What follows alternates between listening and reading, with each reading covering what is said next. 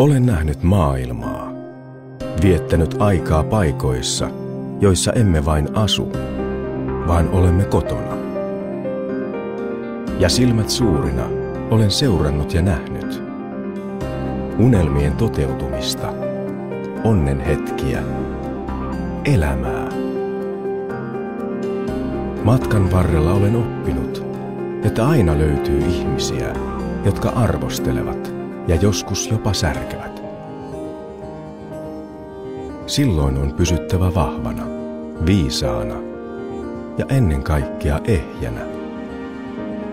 Sinäkin opit sen aikanasi, mutta sitä ennen on vielä monta kokemusta kokematta, seikkailua seikkailematta, virhettä tekemättä ja elämää elämättä.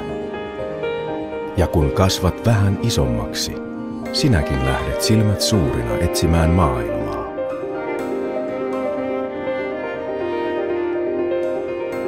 Paikkoja, joissa olet kotona